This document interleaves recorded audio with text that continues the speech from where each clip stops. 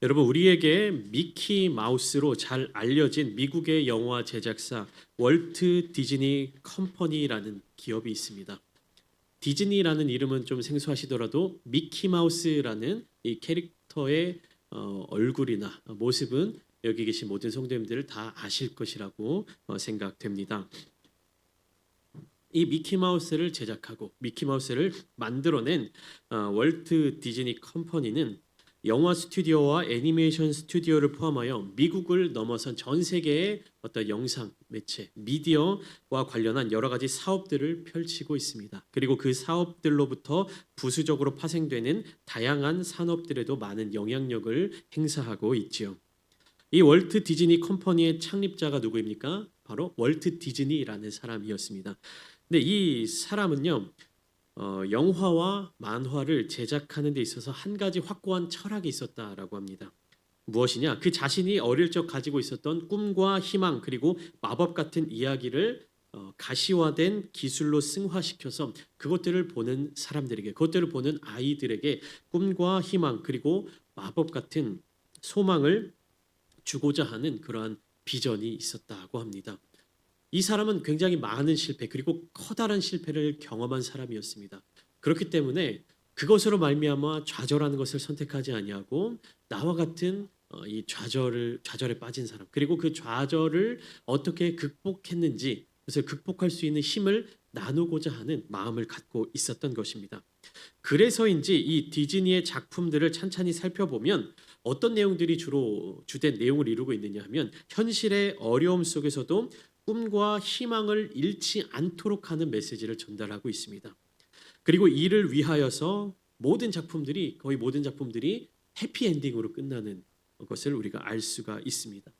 백설공주도 그렇고요, 신데렐라도 그렇고요, 미녀와 야수도 그렇고 대표적인 예로 무엇이 있느냐? 1989년도에 만화 영화로 개봉한 인어공주라는 작품이 있습니다.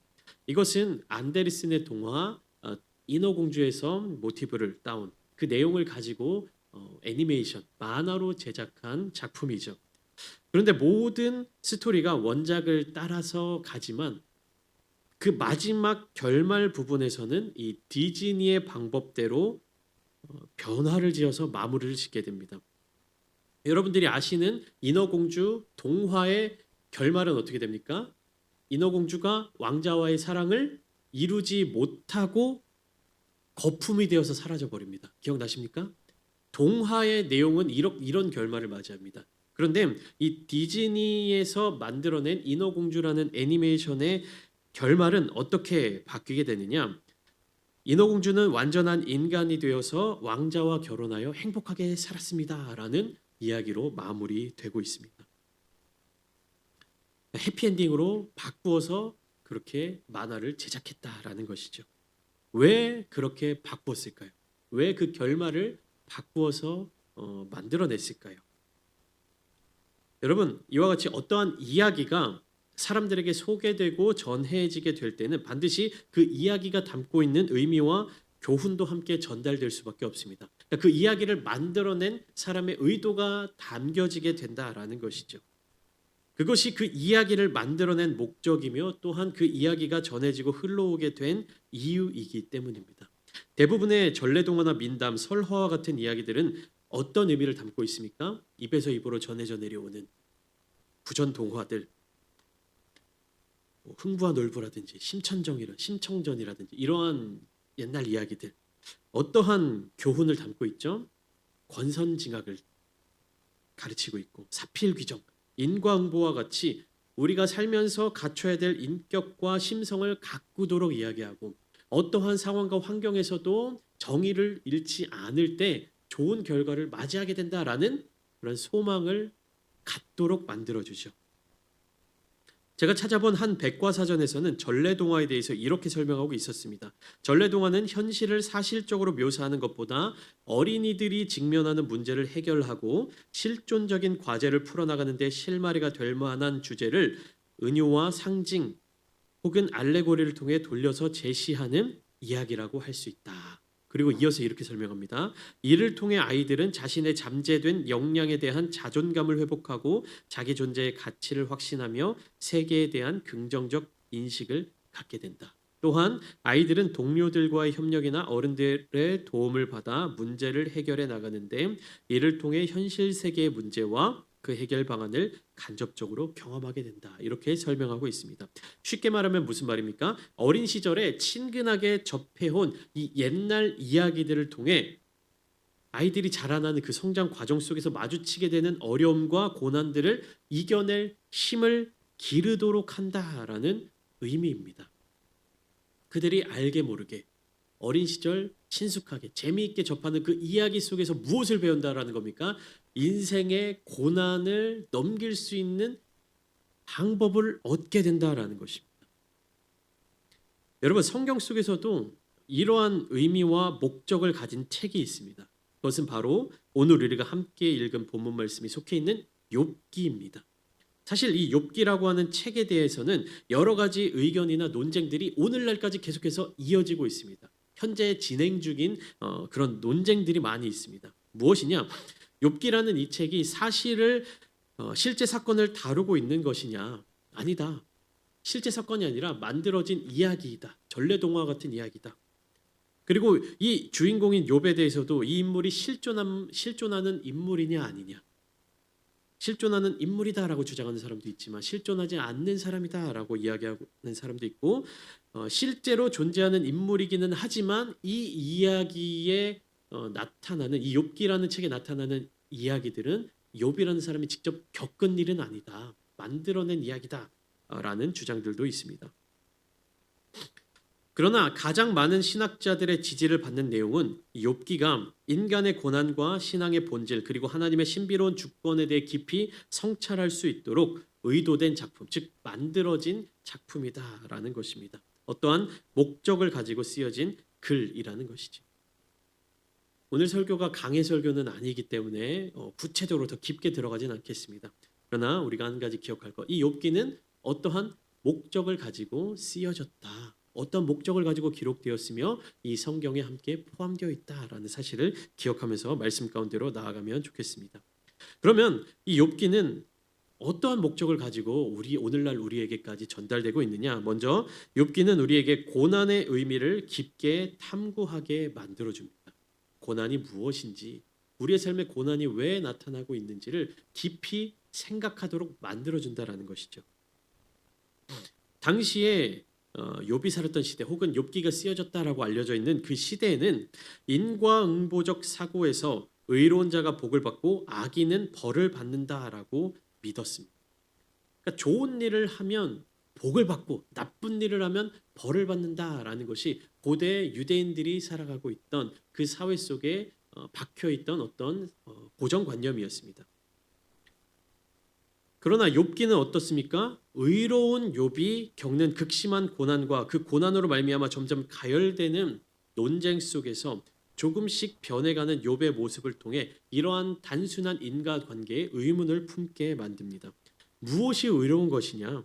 어떠한 기준으로 선과 악을 나눌 수 있느냐? 정말로 의로운 사람들은 복을 받는 것이 당연하냐? 다시 말하면 고난을 받는 사람들은 정말로 악인들이냐라는 것에 대한 질문을 던지게 되는 것입니다.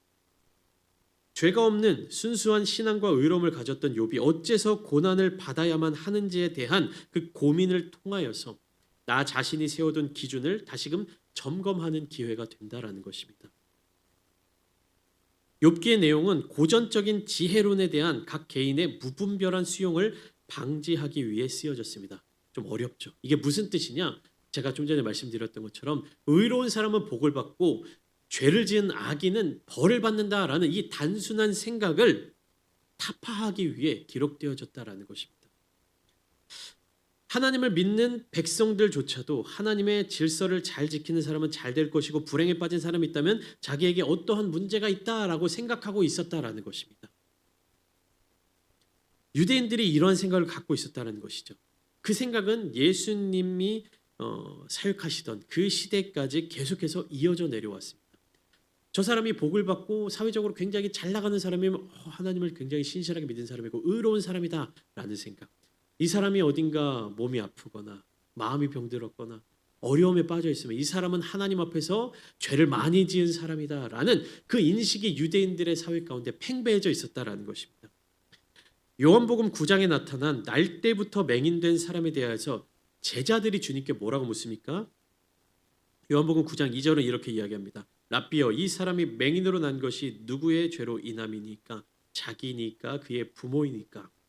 예수님과 함께 지내왔던 제자들조차도 날 때부터 맹인이 된 이 사람을 보며 어떤 생각을 갖고 있는 것입니까? 이 사람이 고통을 당하고 있는 것, 이 사람이 장애를 갖고 있는 것은 죄 때문이다. 그 자신의 죄이든지 그의 부모의 죄에 대한 합당한 결과를 맞이하고 있는 것이다. 이렇게 생각하고 있었던 것입니다. 그러니까 이 사람이 고통을 당하는 것이 어떻다? 당연하다라는 인식이 예수님의 시대에도 팽배해져 있었다라는 것입니다. 이에 대한 예수님의 대답이 요한복음 9장 3절에 이렇게 나타나 있습니다. 우리 함께 읽어보도록 하겠습니다. 시작. 예수께서 대답하시되 이 사람이나 그 부모의 죄로 인한 것이 아니라 그에게서 하나님이 하시는 일을 나타내고자 하심이라. 예수님께서 뭐라고 말씀해 주십니까? 유대인들의 이러한 잘못된 생각을 끊어버리시는 말씀을 주시는 겁니다. 그들의 삶을 통해 하나님이 하시는 일을 나타내고자 하십니다. 그 사실을 알려주신 것입니다. 주님께서 이렇게 말씀하셨을 때 유대인들의 반응이 어떻습니까? 아, 하나님의 뜻이 거기에 있었군요. 아, 주님 알겠습니다. 이렇게 받아들이지 않았습니다. 오히려 안식일에 맹인을 고쳤다고 하면서 예수님을 공격하고 하나님의 마음을 가려버리고 결국에는 죄 없으신 예수님을 십자가에 못 박아 버리게 되었습니다.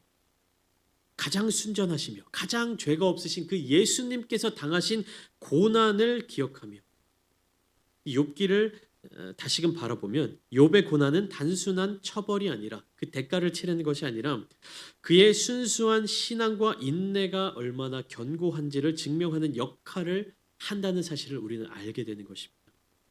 내가 죄가 없으나 그럼에도 불구하고 감당해내는 고난, 그럼에도 불구하고 인내하는 그 모습이 무엇으로 연결되는 것입니까? 하나님의 살아계심, 하나님의 역사하심, 하나님께 영광을 돌리는 것, 하나님의 일을 행하여 가는 것으로 이어진다는 것입니다.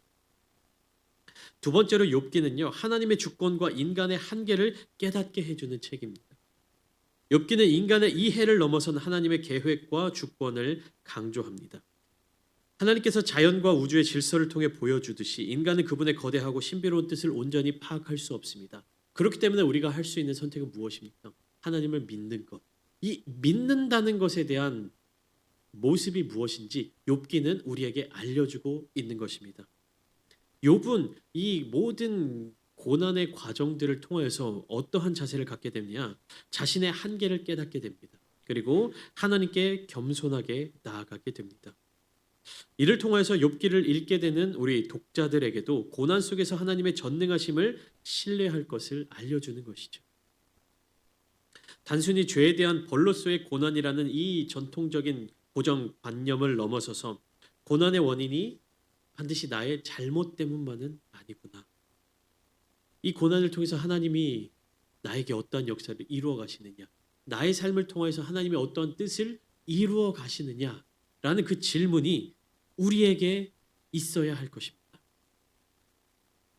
고난이 올 때, 아픔이 올 때, 시련이 올 때 불평하고 원망하는 것은 가장 쉬운 방법을 선택하는 것입니다.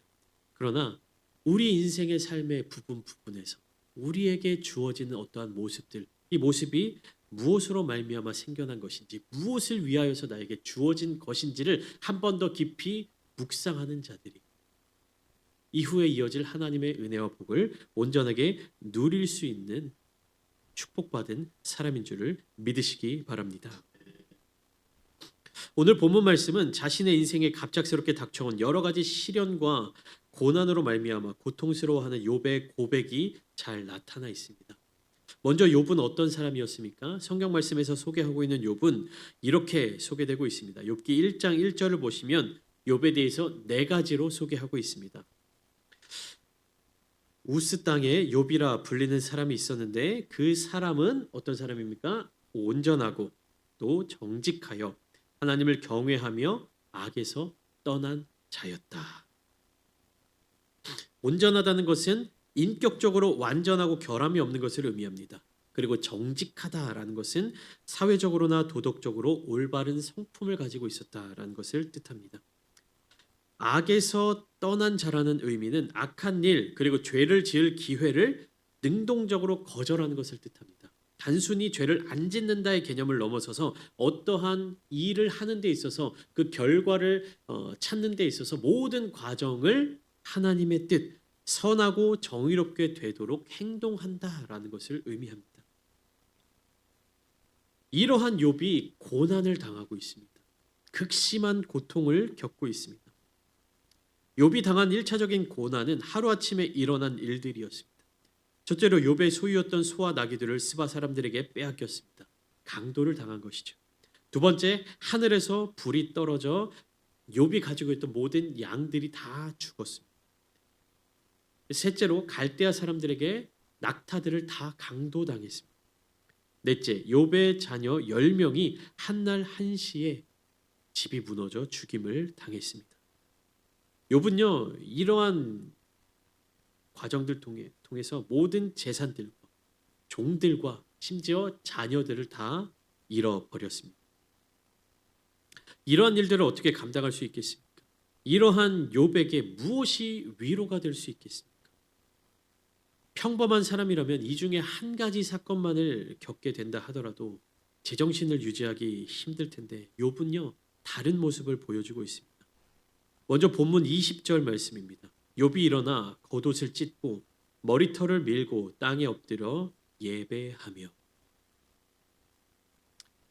욥기 1장 13절부터 19절까지 말씀은 이 짧은 단락을 통해 욥에게 닥친 네 가지 시련을 보여주고 있습니다. 이 본문에서의 핵심은 그가 아직 말하는 동안에라는 문장입니다. 첫 번째 종이 욥에게 와서 큰 재난이 닥쳐왔음을 이야기합니다. 근데 그 종이 아직 말하는 동안에 두 번째 종이 와서 또 다른 재난이 닥쳤다라고 이야기합니다. 그 종이 아직 말하고 있는 동안에 세 번째 사람이 와서 큰 재난이 닥쳐왔다고 이야기하고 그 세 번째 종이 아직 말하고 있는 동안에 또 한 사람이 와서 욥의 자녀들이 모두 죽었다라고 이야기하고 있습니다.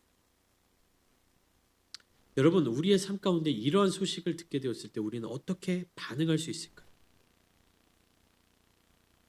여러분들이 지난 한 주간의 삶을 살아가시면서 또 평생의 삶을 살아내시면서 이런저런 다양한 일들을 경험하며 살아오셨을 것입니다.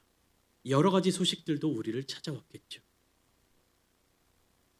오늘처럼 이렇게 함께 모여 예배를 드릴 때, 특히 지금처럼 말씀을 나눌 때 여러분들이 각자의 삶 속에서 어떠한 소식들을 접하고 계신지 대략적으로 느껴질 때가 있습니다. 여러분들이 저를 보시는 것처럼 저도 여러분들의 얼굴을 바라보고 있죠. 여러분들의 얼굴들이 훤히 다 보이고 있습니다. 기쁜 소식이 있는지 슬픈 소식이 있는지 지금 마음이 다른 곳에 있어서 분주한지 혹은 걱정거리가 있는지 대략적으로 가늠이 된다는 것이죠. 제가 왜 이런 말씀들을 드리고 있느냐? 중요한 것은 우리들의 삶에 고난이 있을 때 우리는 예배자의 자리를 지키기가, 예배자로서의 모습을 지켜내기가 참 어렵다라는 말씀입니다. 우리의 삶에 어려움이 있을 때도 마찬가지고 또는 우리의 삶에 큰 기쁨이 있을 때도 그렇고 나의 삶에 갑작스러운 일들이 터졌을 때 나는 예배자로서의 모습을 지키기가 너무나도 어렵다라는 것입니다. 내 인생에 이렇게 갑작스러운 일들이 터졌는데 내가 지금 여기서 한가롭게 예배나 드리고 있을 때냐라는 생각이 드는 것도 매우 자연스러운 현상일 것입니다. 그것이 우리 인간들이 가지고 있는 자연스러운 모습인 것이죠. 여러분들이 신앙생활을 하시면서 이 예배 자리를 빠지게 될 때 다 가지게 되는 자연스러운 이유들이 있지 않으십니까? 그런 일은 거의 없겠지만 주일 오전 예배를 빠지게 될 때 여러분들의 삶에 뭔가 큰 일들이 있어서 빠지시는 거 아닙니까? 그뿐만 아니라 오후 예배를 빠질 때도 또 주중 예배로 가게 되면 수요 예배를 참석하지 못하는 이유, 금요 예배를 참석하지 못하는 이유, 더 나아가 새벽 예배까지 우리가 하나님 앞에 나아가지 못하는 것, 우리가 하나님께 예배드리지 못하는 것에 대해서 자연스러운 이유들을 우리는 삶의 자리 가운데 다 가지고 있습니다. 그런데 욥은 지금 어떠한 모습을 보여주고 있습니까? 일어나 겉옷을 찢고 머리털을 밀고 땅에 엎드려 예배하였다라고 성경은 말하고 있습니다. 일어나 겉옷을 찢는다는 것은 극심한 슬픔과 비탄한 마음을 표현하는 유대인들의 방식입니다. 머리털을 미는 행위 또한 그러한 마음의 상태를 표현하는 것이죠. 성경 속에서 이러한 모습들은 종종 등장하고 있는데 이와 관련한 또 다른 모습으로는 머리에 재를 뒤집어 쓰고 재 위에 앉아 있는 모습으로 나타나기도 합니다. 그런 극심한 슬픔의 표현과 더불어 욥은 땅에 엎드려 예배하고 있는데 여기에서 나타나고 있는 예배는 오늘날과 같이 이러한 모습, 어떠한 예식을 갖추는 어떤 행사를 의미하는 것이 아닙니다. 욥이 예배하였다라는 이 말은 무엇을 의미하느냐? 어떠한 상황 속에서도 하나님께 겸손히 복종하겠다라는 결의를 뜻하는 것입니다. 고난이 내 삶에 있다 할지라도 나는 하나님께 순종하겠다라는 결단을 보여주는 것입니다. 이러한 욥의 태도는 21절에 더 구체적으로 나타나고 있죠. 욥이 직접 고백하고 있는 내용입니다. 우리 함께 21절 말씀을 읽어보겠습니다. 시작. 이르되 내가 모태에서 알몸으로 나왔사온즉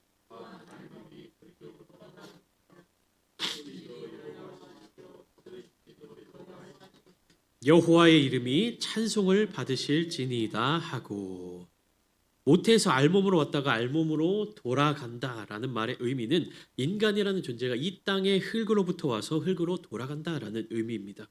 어찌 보면 불교에서 이야기하는 공술의 공수거와 비슷한 그런 의미로 상통되기도 합니다. 공술의 공수가 무엇입니까? 빈손으로 왔다가 빈손으로 돌아간다라는 것이죠. 그런데 한 가지 다른 점이 있습니다. 공술의 공수거는 죽을 때 우리의 두 손은 비어 있지만 마음은 업보로 가득 차 있다라는 의미입니다. 그렇기 때문에 손을 채워 놓기 위해서 삶을 살아가는 것이 아니라 마음에 좋은 업으로 채워 놓는 삶을 살라고 이야기하고 있습니다. 그러나 이 욥의 고백은 무엇입니까? 알몸으로 왔다가 알몸으로 돌아간다. 이것은 여호와 하나님을 향한 찬양으로 이어지고 있습니다. 나의 삶에 있어서 내가 무엇인가를 해내고 감당하고 책임지는 것이 아니라 나의 삶의 모든 주권이 누구에게 있다? 하나님께 있음을 고백하고 있는 것입니다. 그리고 그 하나님께서는 어떠한 상황 가운데에서도 찬송받으시기에 합당하신 분임을 고백하고 있는 것이에요. 하나님의 주권을 인정하며 그 하나님은 어떤 분이시다? 어떤 상황 속에서도 찬송받으실 분이시다. 내가 고난 가운데 있을지라도 하나님은 찬송을 받으실 분이시다. 내가 아픔 중에 있을지라도 하나님은 찬송을 받으실 분이시다. 나의 모습과 상관없이 하나님은 찬송을 받으실 분이시다라는 이 고백이 절절하게 나타나고 있는 것입니다. 사랑하는 성도 여러분, 이 찬송의 고백은요, 우리의 삶을 변화시킵니다. 어떠한 상황 속에서도 하나님은 찬송을 받으실 분이시라는 사실은 바꾸어 말하면 어떠한 상황 속에서도 우리는 하나님을 찬송하는 존재라는 이야기입니다. 이사야 43장 21절은 이렇게 이야기하고 있죠. 이 백성은 내가 나를 위하여 지었나니 나를 찬송하게 하려 함이니라. 이 말씀은 하나님의 백성인 우리들은 하나님을 찬송하는 자들로 지음을 받았음을 기억해야 합니다. 이 존재 가치가, 이 본질이 궁극적으로 확장되었을 때 욥과 같은 고백이 나타날 수 있다는 것입니다. 하나님이 찬송 받으실 분이시다라는 것은요, 어떠한 상황 가운데에서도 하나님은 찬송을 받으셔야만 한다는 얘기고, 우리가 하나님을 찬송해야 하는 존재라는 것은 나의 삶이 어떠한 모습으로 있다 할지라도 나는 찬송을 해야만 한다라는 의미입니다. 내가 좀 가난해? 괜찮아. 나는 하나님을 찬송하기 위해 지음받은 존재이니까. 내가 머리가 좀 나쁘면 어때? 내가 좋은 대학교를 못 가면 어때? 내가 좋은 성적을 받지 못하면 어때? 괜찮아. 나는 하나님을 찬송하기 위해 지음받은 사람이니까. 내가 원하는 직장을 구하지 못했어. 괜찮아. 나는 하나님을 찬송하기 위해 지음받은 사람이니까. 내가 건강이 좋지 않아. 괜찮아. 난 하나님을 찬송하기 위해 지음받은 사람이야. 나의 삶이 슬픔으로 가득 차 있어. 그래도 괜찮아. 왜? 나는 슬픔에 묶여있는 사람이 아니라 하나님을 찬송하기 위해 지음받은 사람이니까. 22절 말씀을 보시면 욥의 찬송은요, 사탄을 실패하게 만들었습니다. 이 모든 일에 욥이 범죄하지 아니하고 하나님을 향하여 원망하지 아니하니라. 우리가 찬양할 때 사탄은 패배하고 물러나게 됩니다. 우리는 우리를 넘어뜨리려는 사탄의 계략에 대항하여 승리할 수 있게 된다는 것입니다. 욥기 1장 9절과 11절 말씀에서는 이러한 모습이 나타납니다. 사탄이 여호와께 대답하여 이르되 욥이 어찌 까닭 없이 하나님을 경외하리이까? 이제 주의 손을 펴서 그의 모든 소유물을 치소서. 그리하면 틀림없이 주를 향하여 욕하지 않겠나이까? 사탄이 이렇게 호언장담하고 있습니다. 그러나 욥은 어떻게 합니까? 하나님을 원망하지 않습니다. 하나님을 욕하지 않습니다. 하나님께 예배하며 찬송하고 있습니다. 사랑하는 성도 여러분, 욥기는 단순한 이야기 이상의 의미를 담고 있습니다. 고난의 원인과 이유에 대한 단순한 해답을 제공하기보다는 인간이 겪는 고통 속에서 신앙의 본질과 하나님의 거대하심, 하나님의 위대하심을 깨달을 수 있는 기회를 제시하고 있습니다. 이 책은 왜 의로운 자도 고난을 겪는가라는 근본적인 질문에 대하여서 인간의 한계와 하나님의 신비를 인정함으로써 겸손과 신뢰를 배우게 한다는 점에서 중요한 신학적인 메시지를 전달하고 있습니다. 설교 초두에 말씀드렸던 것과 같이 욥기는 우리에게 이 메시지를 전달하고 있습니다. 욥이 이러한 고난을 경험하고 또 이보다 더한 고통을 지나면서까지도 하나님을 향한 믿음과 찬송을 포기하지 않았을 때 그가 얻게 된 회복과 은혜를 우리는 모두 알고 있습니다. 욥기 42장 10절 말씀은 하나님께서 욥에게 이전 모든 소유보다 갑절이나 주셨다라고 이야기하고 있습니다. 욥의 이야기는 1장에서 끝나지 않습니다. 2장에서 멈추지 않습니다. 그의 이야기는, 그의 삶은 42장의 마지막까지 이어지고 있습니다. 저와 여러분들의 삶도 1장에서 끝나지 않습니다. 2장이 끝이 아닙니다. 소망을 잃어버리지 마십시오. 성경을 통하여 우리에게 말씀하시는 하나님의 그 말씀을 날마다 기억하며 온전히 누리시기를 소망합니다. 이 성경을 통해서 우리가 소망을 얻게 될 수 있습니다. 이 성경을 통해서 우리는 미래를 바라볼 수 있습니다. 이 말씀들을 통하여서 우리는 하나님의 나라를 꿈꿀 수 있는 것입니다. 하나님을 찬송하며 그 나라를 꿈꾸는 여러분들이 되십시오. 이 땅에 머물러 있는 우리에게 고난을 주는, 아픔을 주는, 고통을 주는 요소들에 매이지 마십시오. 그것은 우리의 죄로 말미암은 것들이 아닙니다. 우리를 넘어뜨리려고 하는 사탄의 계략일지도 모릅니다. 우리를 패배하게 만드는 사탄의 계획일지도 모릅니다. 그러나 우리는 그런 계략과 계획에 맞서서 담대히 승리할 수 있습니다. 하나님을 찬송함으로 말미암아 하나님을 찬양하는 자들은 사탄에게 지지 않습니다. 승리합니다. 우리의 삶을 통해서 하나님께 영광을 올려드리게 됩니다. 사랑하는 성도 여러분, 승리하는 귀한 백성이 되십시오. 하나님의 사랑을 온전히 누리는 귀한 자녀들이 되십시오. 하나님의 권세를 이 땅에서 온전히 누리시는 귀한 성도님들 되시기를 소망합니다. 이 시간 함께 기도하실 때 하나님, 우리의 삶에 내가 이해하지 못하는 고난과 고통과 아픔이 있습니까? 그러나 그럼에도 불구하고 내가 하나님을 찬송하기를 원합니다. 하나님을 찬양하는 자들이 되기를 원합니다. 이 시간 하나님을 찬양하기로, 찬송하기로 결단하며 다짐하며 기도하며 주님 앞으로 나아갈 때 주님께서 우리 성도님들의 마음을 위로하여 주시고 우리 성도님의 삶의 자리 가운데 가득한 은혜를 베풀어 주실 줄 믿습니다. 하나님만을 바라보겠습니다. 나의 삶의 어떠한 모습에 얽매여 살아가는 것이 아니라 주님만을 바라보며